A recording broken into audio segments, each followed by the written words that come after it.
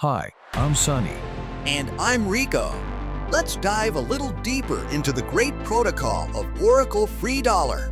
Buckle up and enjoy the ride. So, what probably very few people are aware of is what exactly influences this price and this token. And that's exactly why in today's video, we're taking a closer look at the tokenomics of this OFDPS token. That is how exactly the price comes about, what increases the price, and what decreases the price. Let's start from the very beginning. The Oracle Free Dollar ecosystem basically has two different tokens. One is the Oracle Free Dollar, the OFD, and the other is the pool share, OFDPS. Oracle Free Dollar is the stablecoin of this ecosystem, which, as the name suggests, is linked to OFD, the US dollar. And additionally, here are the Oracle Free Dollar Pool Share tokens, abbreviated to OFDPS. On the one hand, this is the governance token of this system, but at the same time, it has the special feature that it accumulates all fees. That is, all fees that are incurred with these protocols, but also the potential losses at the same time. And this is precisely why these pool share tokens are essentially comparable to a share in a bank, where you can participate directly in success or failure by buying them. This means that when I personally talk about an accumulation in Oracle Free Dollars, I am logically referring to these Oracle Free Dollar pool share tokens and not to this stable coin, which by definition should not increase in price. Let's now take a look together at what positively influences the price of this OFDPS token. There are essentially three different things. The first is revenue. This means that when someone opens a new position in this ecosystem, position is just a synonym for a word here. That is when someone deposits their cryptocurrency as collateral and then takes out a loan. In this Oracle Free Dollar, that is in a stable coin, then annual interest accrues, and this annual interest goes to all holders of this OFDPS token, which then has a positive impact on the price, but does not affect the number of this token. Let's take a look at the whole thing in practice. Namely, this Oracle Free Dollar ecosystem is such that you can then basically propose any, at least theoretically any, BP20 token here as a collateral type, whether it will be accepted after time. And you can also set your own interest rate here. Depending on the type of collateral, this usually fluctuates between 1 to 4% per year, at least at present. And this 1 to 4% per year then goes to all holders of this Oracle Free Dollar Pool Share token. Which of course also indirectly means that the larger this ecosystem becomes, the more this stablecoin ODF is used.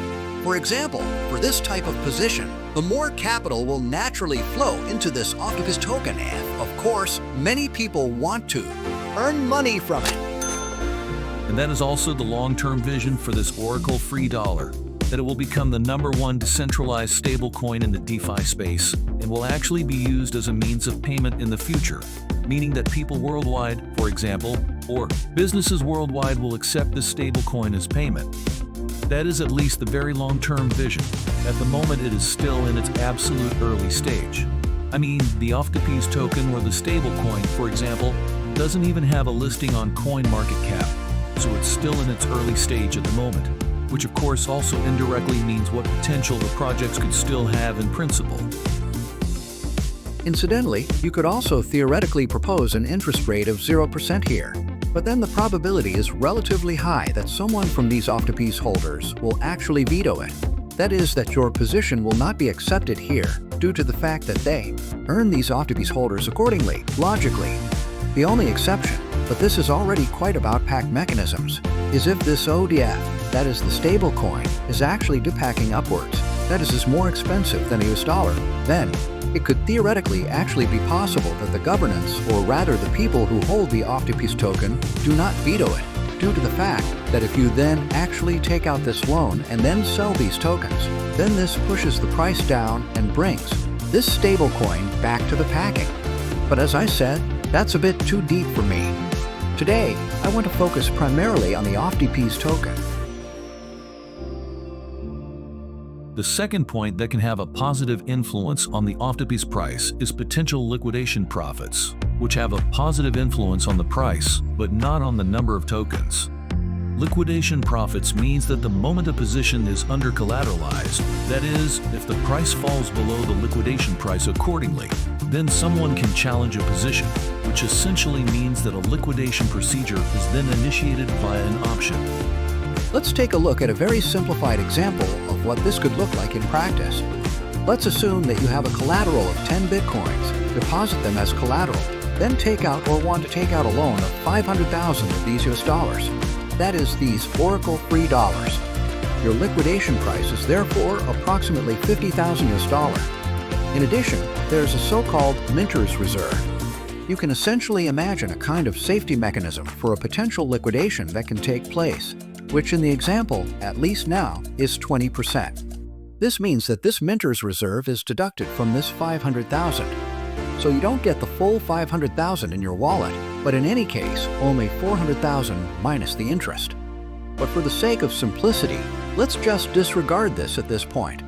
For this example, let's assume that the price actually falls below the liquidation price for $50,000. So now in the example, for example, 45,000 US dollar.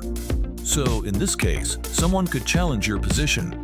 That is, initiate this liquidation procedure, where there are also several phases, which we will skip for the sake of simplicity, and then go straight to the final conclusion and actually say that this Dutch auction, that is a special auction procedure, is taking place.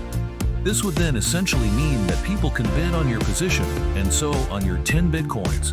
So for the 10 Bitcoins, they then bid the current price of about $45,000. Which essentially means that we have total bids of 450,000 US dollars. However, you have taken out a loan in the amount of $500,000, which means that $50,000 are still missing. And this is where the minter's reserve comes in. That is the $100,000 you paid at the very beginning, which is added here. That is 450,000 plus 100,000. So we have a total of $550,000, although only $500,000 were taken out as a loan. This means that we already have plus $50,000 here, but this does not go completely to the OFDPS holders, that is to the Oracle free dollar pool share token holders, but 2% of the highest bid, that is of this 450,000, which also goes to the challenger, that is the person or bot who actually challenged the position, who in this case receives another 9,000, and the rest, that is plus 10,000 minus 9,000, this 41,000, which then actually goes to the Oracle free dollar pool shareholders here. And the third aspect that has a positive influence on the OFDPS price is the moment there are deposits, or deposits or mints in this case. That is, the moment you make a corresponding deposit into this OFDPS token, you are minting new tokens, which means that this has a positive influence on the price on the one hand and on the number of tokens on the other. And the deposit, or the mint, refers precisely to the process of first buying this Oracle free dollar, the stablecoin, and then buying these Oracle free dollar pool share tokens. However, don't be surprised. This OFDPS price does not correlate one-on-one with this market cap, as is the case with many other coins, for example. But the whole thing is not one-on-one here. That is, if the price doubles on OFDPS, nothing has to double because of this market cap. Personally, I have already made a few calculations and looked at a few charts in order to be able to better assess how realistic a 10x or, for example, a 100x is. If you wish, I can also share the whole thing publicly. Just write in the comments so that I can prepare a video.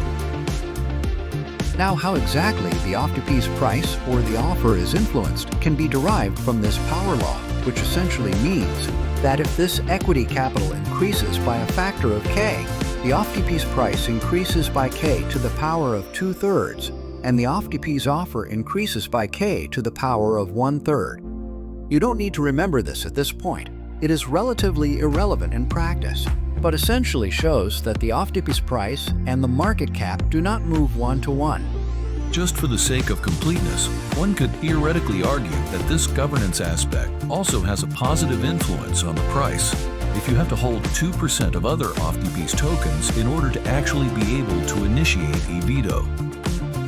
Well, I mentioned at the beginning that these pool shares are essentially comparable to a share, because on the one hand, they accumulate all fees, which we have just looked at together, but on the other hand, they also absorb all losses.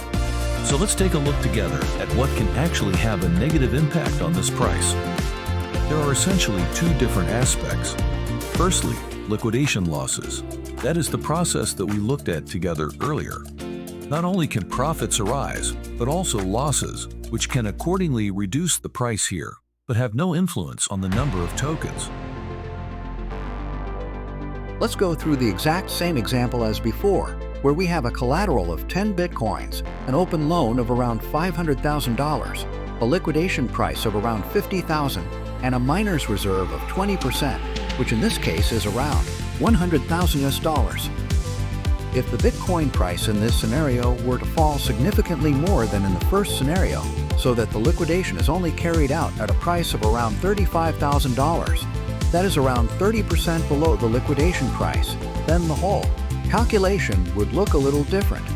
And in this case, all the people would bid 10 times $35,000 via this Dutch auction. That is around $350,000. In addition, there is the minter's reserve, which means we have a total of $450,000, but an outstanding loan of $500,000, which essentially means that we are already at minus $50,000 here. And now there is another 2% that goes into the challenge. So 2% of 53,000, that's 7,000 in this case, and the rest is actually being completed by these OFDPS holders.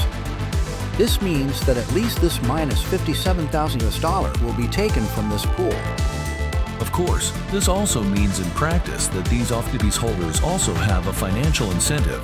That if, for example, you were to propose someone as a Pepe, Shiba Inu, Dogecoin, or similar collateral type, we would veto this accordingly, meaning that the whole thing would not be accepted due to the fact that this liquidation process and this auction procedure is simply too slow for such high volatility altcoins. Except, of course, the only exception. The annual interest here is so high that it might actually be worth that risk. But in general, I would say that Oracle Free Dollar, the protocol, is just not really made for such high volatility altcoins. And the last point that has a negative impact on the price is potential payouts or token burns, which on the one hand reduce the price and on the other hand reduce the number of tokens. So this again refers to the process that instead of buying the OFDPS token with this stablecoin, you do the reverse and sell the Oracle Free Dollar pool share tokens into the stablecoin. In short, you can think of this OFDPS token as a share in a bank. That is, the moment this bank gets bigger, you will of course take the full upside with this token, but vice versa, if this bank actually goes bankrupt, you will also take the full downside. And remember, always do your own research. It's a new project, so there's risk, but the rewards could be game-changing. Stay tuned for more deep dives into this exciting project. Oracle Free Dollar is just getting started. Join the revolution. This is DeFi at its finest.